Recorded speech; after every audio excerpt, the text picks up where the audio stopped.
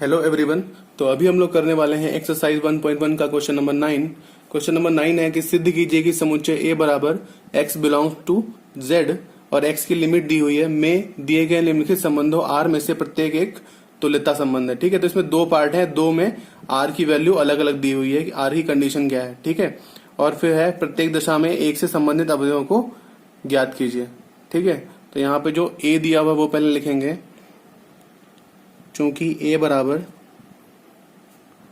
x belongs to z such that x की limit क्या है, x 0 से बड़ा है और 12 से छोटा या उसके बराबर है, तो इसको हम ऐसे भी लिख सकते हैं, या a बराबर क्या होगा 0 1 2 3 4 5 डॉट डॉट डॉट और लास्ट में क्या होगा 12 तक।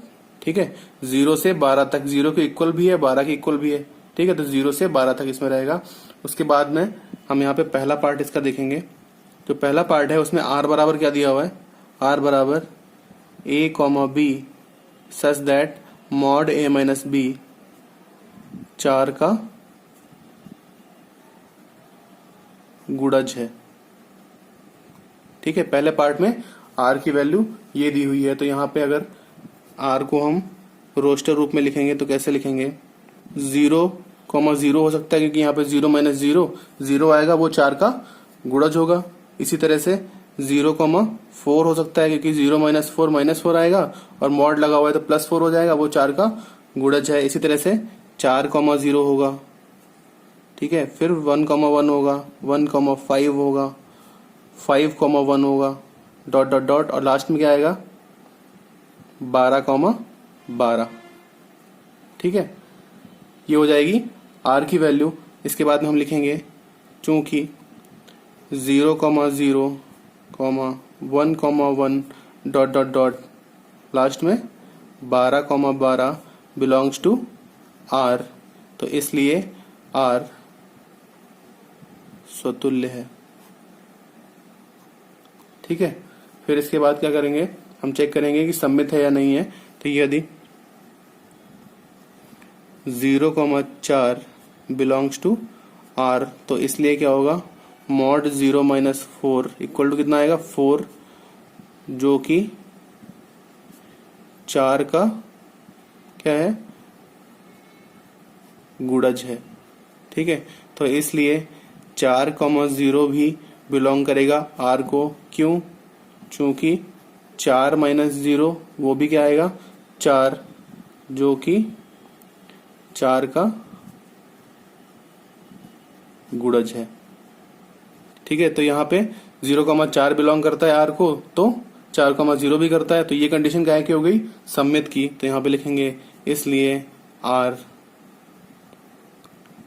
सममित है। ठीक है, अब इसके बाद में संक्रामक की कंडीशन चेक करेंगे। तो यहाँ पे लिखेंगे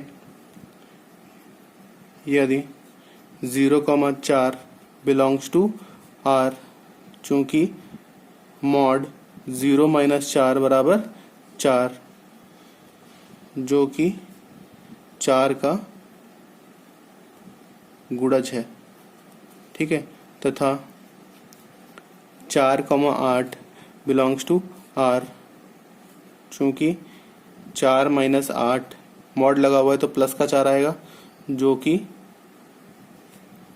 4 का गुणज है।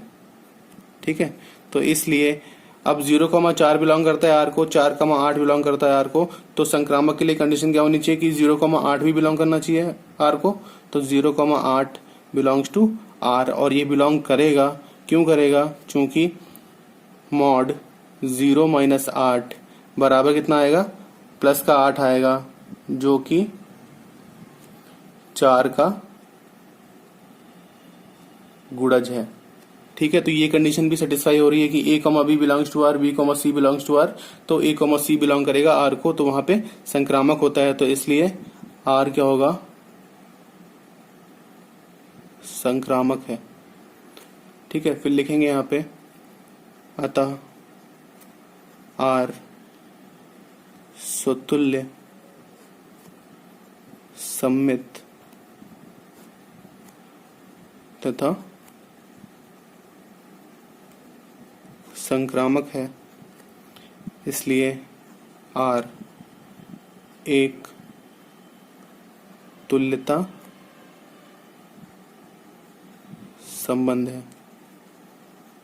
ठीक है, ये तो हो गया कि हमें बताना था कि तुल्यता संबंध है, ये सिद्ध करना था।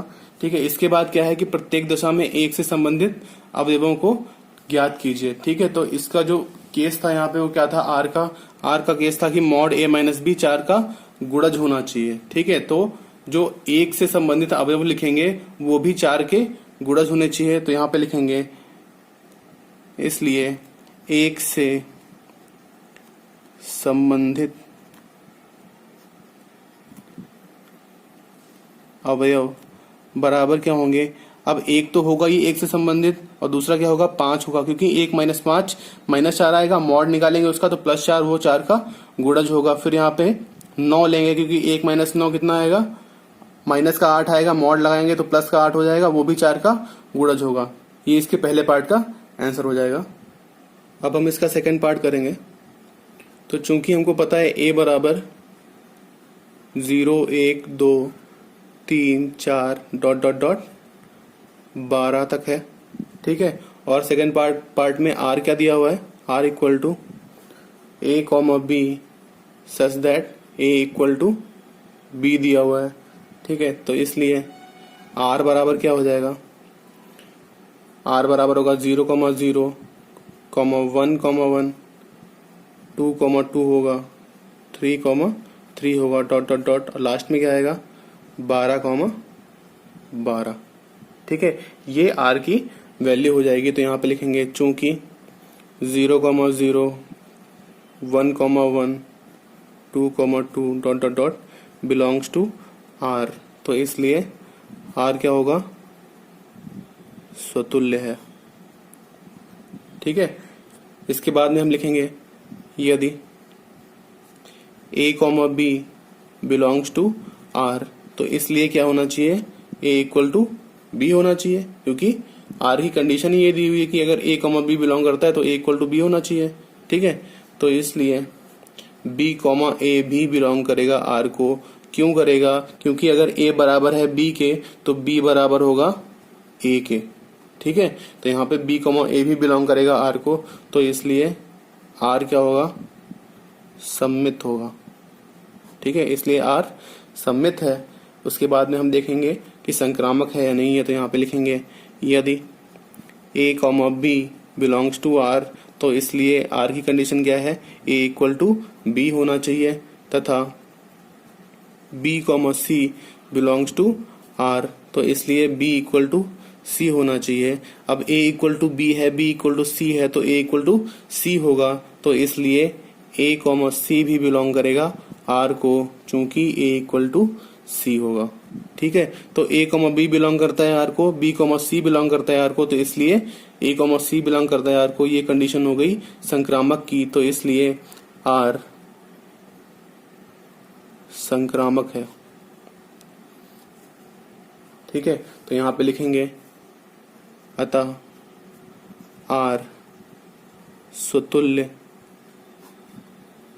सम्मित तथा संक्रामक है, इसलिए R एक तुल्यता संबंध है। ठीक है, फिर हमें बताना है कि एक से संबंधित अवयव कौन सा होगा। तो यहाँ पे लिखेंगे अतः एक से संबंधित